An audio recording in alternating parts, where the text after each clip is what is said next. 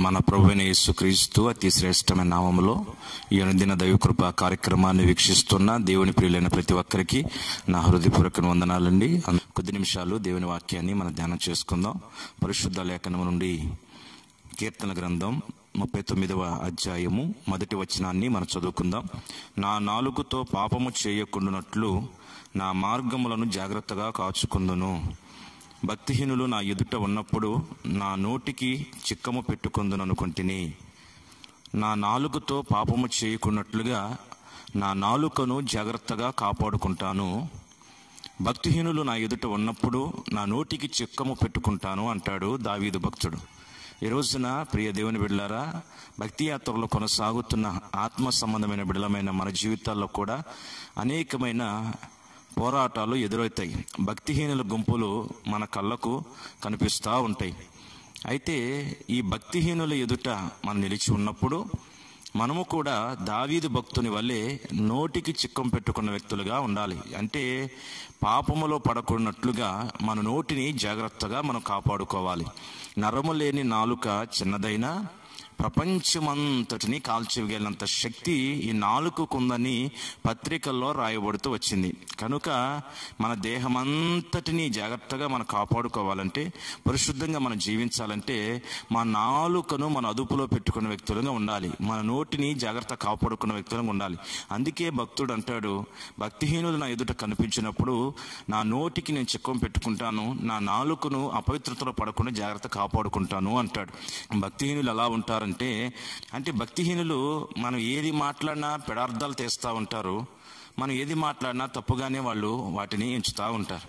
కనుక భక్తిహీనులు గుంపును మనం చాలా జాగ్రత్తగా గమనించాలి.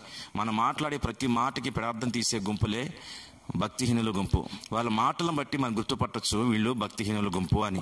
అంటే వారి నోటి మాటలే వారిని గురించి సాక్ష్యం ఇస్తూ ఉంటాయి, వీరు భక్తిహీనులు అని. వీరి ఎదుట నా నాలుకను నేను జాగ్రత్త కాపాడుకోవాలి. వారిని మనం వాదించకూడదు. వారు అంటున్న మాటలకు మరొక మాట మన సమాధానం చెప్పే పరిస్థితులు ఉండకూడదు. ఆ భక్తిహీనుల ఎదుట దావీదు భక్తుని వలె మనం మౌనంగా ఉండడం నేర్చుకోవాలి. మన నాలుకను కాచుకోవాలి. లేకపోతే మాట పెరిగి మన నోటి మాటల వలన కూడా మన పాపంలో పడే అవకాశం ఉంది. కనుక ప్రియ దేవుని బిడ్డలారా, మన నోటిని దావీదు వలె కాచుకున్న బిడ్డలంగా ఉండాలనేది ఈరోజు పరిశుద్ధాత్మ దేవుడు మనతో మాట్లాడుతూ ఉన్నాడు. దావీదు రాజ్య పరిపాలన చేస్తున్న దినాలలో తన కుమారుడైన అబ్షాలోము దావీదు సింహాసనం మీదకి వచ్చాడు. అప్పుడు దావీదు ఆ సింహాసనం దిగి వెళ్ళిపోతున్న సందర్భంలో షీమి అనే ఒక వ్యక్తి ఉన్నాడండి. అతడు సౌలు కుటుంబానికి సంబంధించిన వ్యక్తి. ఈ దావీదు అరణ్య ప్రాంతానికి వెళ్ళిపోతూ ఉండగా ఈ షీమి అనే వ్యక్తి దుమ్మెత్తి పోస్తూ రాళ్ళు రువ్వుతూ దావీదు మీదను దావీదు యొక్క సేవకుల మీదను రాళ్ళు రువ్వుతూ, చీపో కుక్క నీకు ఈ గతి పట్టడానికి నువ్వు చేసిన పాపమే నీ మీదకి వచ్చింది. నువ్వు నరహంతకుడివి. సౌలు కుటుంబానికి చేసిన అన్యాయము ద్రోహాన్ని బట్టే నీకు ఈ కీడంతా కలిగింది. అందుకే నువ్వు సింహాసనం దిగావు, నీ కొడుకుని సింహాసనం ఎక్కాడు. నీకు ఈ గతి పట్టడానికి కారణం ఏంటంటే నువ్వు సౌలు కుటుంబానికి చేసిన ఆ భయంకరమైన కీడుని బట్టే నువ్వు ఈ సమస్యలన్నింటిలో పడ్డావు అన్నట్లుగా ఈ షీమి భయంకరంగా దావీదుని దూషిస్తూ దావీదుని తిడుతూ రాళ్ళు రువి రాళ్లతో కొడుతూ వచ్చాడంటండి. ప్రియ దేవుని బిడ్డలారా, ఈ మాట వింటే షీమి ఎవరు? ఒక సామాన్యమైన వ్యక్తి. దావీదు ఎవరు? రాజ్యాన్ని ఏర్పాటు చేసిన రాజు. అయితే ఒక రాజుని ఒక సామాన్య వ్యక్తి దూషిస్తున్నప్పుడు, రాళ్ళు రువ్వుతున్నప్పుడు దావీదు చాలా ఓర్పు పట్టాడండి. పక్కనున్న దావీదు సేవకులందరూ అన్నారు కదా, అయ్యా నువ్వు ఒక్క మాట ఆజ్ఞాపిస్తే వాడిని వెళ్ళి వాడి తల తీసి నీ దగ్గర తీసుకుని వస్తాం అన్నారు. అయితే దావీదు అంటాడు, వాడు పలికిన శాపమునకు బదులుగా యెహోవా నాకు మేలు చేయనేమో. దావీదు ఎంత ఓర్పుతో ఆ భక్తిహీనులు ఎదుట నడుచుకుంటున్నాడు ఒకసారి గమనించాలి.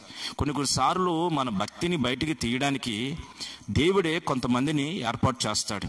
కనుక ఒక భక్తి పనుల్లో భక్తి ఎంతవరకు ఉంది, అతని భక్తిలో ఎంతవరకు నిలబడగలుగుతున్నాడు అనే విషయాన్ని కొన్నిసార్లు దేవుడే ఇలాంటి షీమి లాంటి వ్యక్తులను తీసుకొచ్చి మన ముందు పెట్టి టెస్ట్ చేస్తూ ఉంటాడు.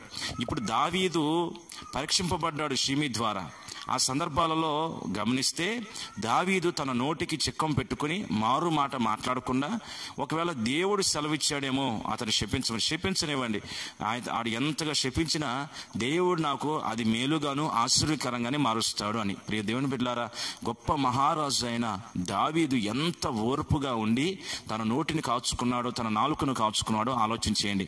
ఒక రాజే అంతగా దేవుని సన్నిధిలో నోటిని కాచుకున్నప్పుడు, తన నాలుకను అదుపులో పెట్టుకున్నప్పుడు, ఈ రోజున మరి నీవు నేను ఏ పాటి వారం? ఒక సామాన్యమైన వ్యక్తులం, ఒక చిన్న చిన్న ఉద్యోగాలు కొనసాగుతూ ఉన్నాం, దేవుడు అప్పగించిన పనుల్లో కొనసాగుతున్న వ్యక్తులం, ఒక పవిత్రమైన జీవితం చేస్తున్న వ్యక్తి దావీదును చూసి ఒక చక్కటి పాఠం నేర్చుకోవాలి. ఈరోజు నీ నోటికి చిక్కం పెట్టుకోగలుగుతున్నావా?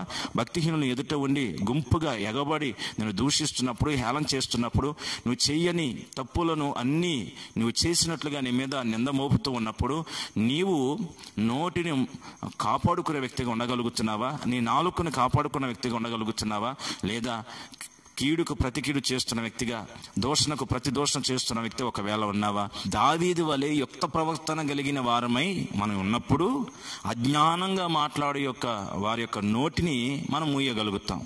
అంతేగాని దోషణకు ప్రతి దోషణ చేయడం ద్వారా మనం వారి నోళ్ళు మూయించలేం. దేవుని చిత్తం ఏమిటంటే మన ఎడల యుక్తముగా ప్రవర్తించడం. అంటే ఆ వచనానికి అర్థం రాయబడింది, మేలు చేయుట యందు మనము కీడు చేస్తున్న ప్రజల ఎదుట, దూషిస్తున్న ప్రజల ఎదుట కూడా, భయంకరంగా మన మీదకి దుమ్మెత్తి కీడు చేయాలని వస్తున్న ప్రజల ఎదుట కూడా వారికి మేలే చేసిన వ్యక్తులుగా, మన నోటి మాటల వలన మేలుకరమైన మాటలు మాట్లాడిన వ్యక్తులుగా మనం ఉన్నప్పుడు ఆయన చిత్తాన్ని చేసిన వ్యక్తులమై ఉంటాము. తప్పకుండా దేవుడు మనల్ని దీవిస్తాడు.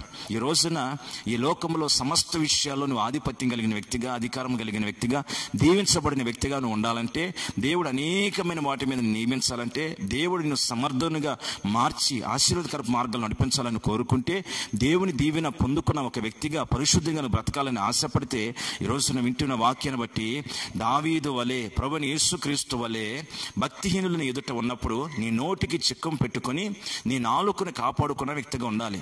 దావీదుకి ఇచ్చిన కృప, యేసయ్య మీద నిలిచిన ఆయన కనికరం ఈరోజు నీ మీద కూడా నిలిచి నిన్ను నీ కుటుంబాన్ని కాపాడి రాకడ వరకు పరిశుద్ధులుగా నిలబెట్టి దేవుడు దీవించునుగాక.